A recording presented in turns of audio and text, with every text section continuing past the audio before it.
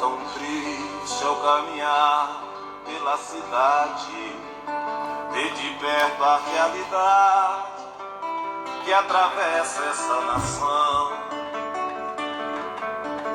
Como pode um país tão fascinante vermos coisas tão chocantes que nos cortam o coração?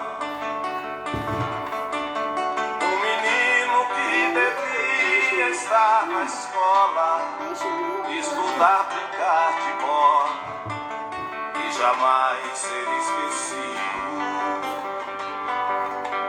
mas está lá no farol pedindo esmola. Se o brinquedo é craque, é bola, se o futuro é ser bandido. Aonde estão os homens que têm o dever e a obrigação de fazer mudar essa realidade? Aonde estão? Eu sei que ainda existe alguém honesto, honrado e de bem, que ama o Brasil de verdade.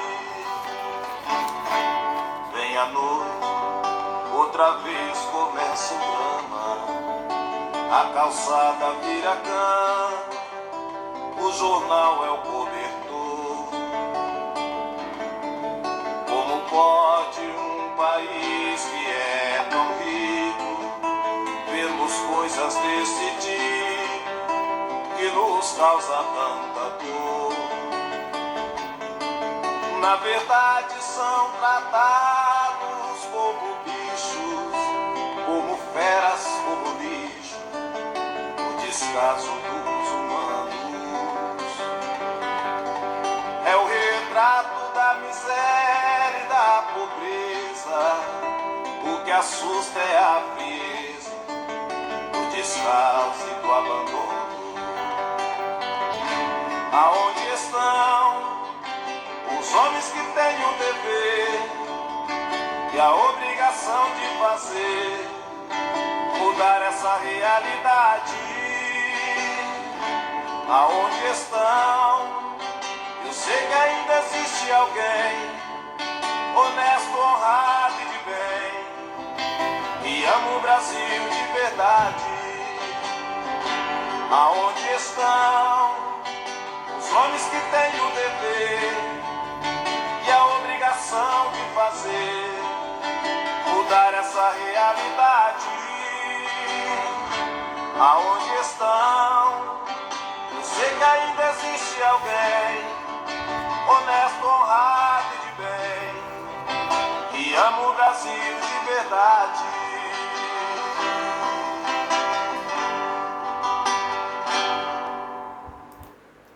Pois é, pessoal, uma música que fala assim, é o hino da cidadania, né? Nos fazendo compreender como está organizado as estruturas sociais do nosso país, do mundo, né? Da nossa cidade, do estado do Mato Grosso. E hoje nós temos uma aula bastante interessante. O tema é a cidade contemporânea como espaço de segregação social. A palavra segregação, ela tem como sinônimo a ideia de que há uma separação, né? Segregação é separação social. De um lado da cidade há os benefícios do Estado, a energia elétrica, asfalto, coleta de lixo, água potável, segurança. E de outra parte da cidade, na periferia, nos bairros mais distantes, não há, na maioria desses bairros, os benefícios que há no centro, que há nos bairros da classe média brasileira. Por exemplo, falta de asfalto, falta de água encanada, falta de iluminação pública, falta de espaços culturais, como praças organizadas, espaços esportivos, acesso à cultura. Então tudo isso é renegado, além da falta de emprego, né? E esses grupos sociais que são menos abastados, que têm menos poder econômico, acabam tendo que comprar lotes ou viver mais distante dos centros por causa das questões sociais. E nós vamos discutir um pouquinho sobre essa segregação socioespacial hoje na nossa aula. Então, nesses espaços mais centralizados, podemos dizer assim, nós temos os órgãos públicos, o comércio, o centro urbano, né, as instituições governamentais, mas nós podemos entender também que após o processo de industrialização, início do século XVIII, XIX, XX em diante, nós temos uma divisão social nas cidades, chamada Era do Capital. Esse processo de segregação social e segregação espacial, ou seja, separação dos espaços urbanos entre as classes sociais, demarcado por questões econômicas. Quem tem maior poder econômico vive no centro, quem tem menor poder econômico vive na periferia. Então, nos bairros onde a classe média e a classe alta vive, há toda uma urbanização. Já nos bairros periféricos, faltam-se os serviços públicos necessários. Esses são componentes da segregação socioespacial, isto é, a maioria dos políticos são de classe média e classe alta, e estes direcionam os recursos públicos para atender as classes em que eles fazem parte. E como a maioria dos políticos são dessas classes média e classe alta, os espaços sociais onde vive a classe média, onde vive a classe alta, acabam sendo melhor beneficiados por esses políticos que têm poder de decisão, e não pela maioria, pela demanda, pela desigualdade social e também pela falta de representatividade das pessoas com menor poder aquisitivo na política, porque é difícil você concorrer com quem tem poder econômico e poder político, apadrinhamento de uma pessoa que vem das classes mais humildes da cidade e se tornar um líder político. É bastante complexo essa ascensão.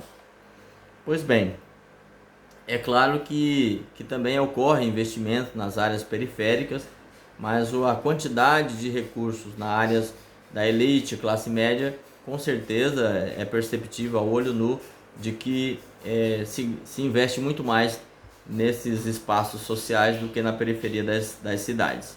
Assim, acaba produzindo uma segregação socioespacial chamada segregação socioespacial moderna. E aí podemos fazer um questionamento: quem vive nas periferias das cidades, quem vive nos bairros mais longe do centro das cidades? Então são pessoas com poder econômico menor, são pessoas com menor poder e com pouca instrução escolar, são pessoas com pouca qualificação profissional e também são pessoas afro-brasileiras. Né? Claro que existe também o branco, que também o branco pobre, o negro pobre, também fazem parte desses espaços, mas a maioria da população é uma população afro-brasileira que vive nesses espaços da periferia. Assim, percebemos que o Estado precisa urgentemente mudar o seu olhar social e engajar-se na geração de emprego, no investimento de infraestrutura como asfalto, água, esgoto nos bairros periféricos e investimento em educação e qualificação profissional, para que esses pré-requisitos que nos fazem buscar uma nova classe social também nos permita ocupar espaços de poder para defender as pessoas que têm menos capacidade do ponto de vista de chegar a um cargo público, por questões de segregação, que é muito mais difícil uma pessoa humilde se tornar um líder político do que uma pessoa que já tem uma estrutura social, econômica maior do que quem vive nas periferias. Tá bom? Nós temos um texto bastante interessante e gostaria que você do segundo ano C se engajasse para compreender bem nossa atividade de hoje.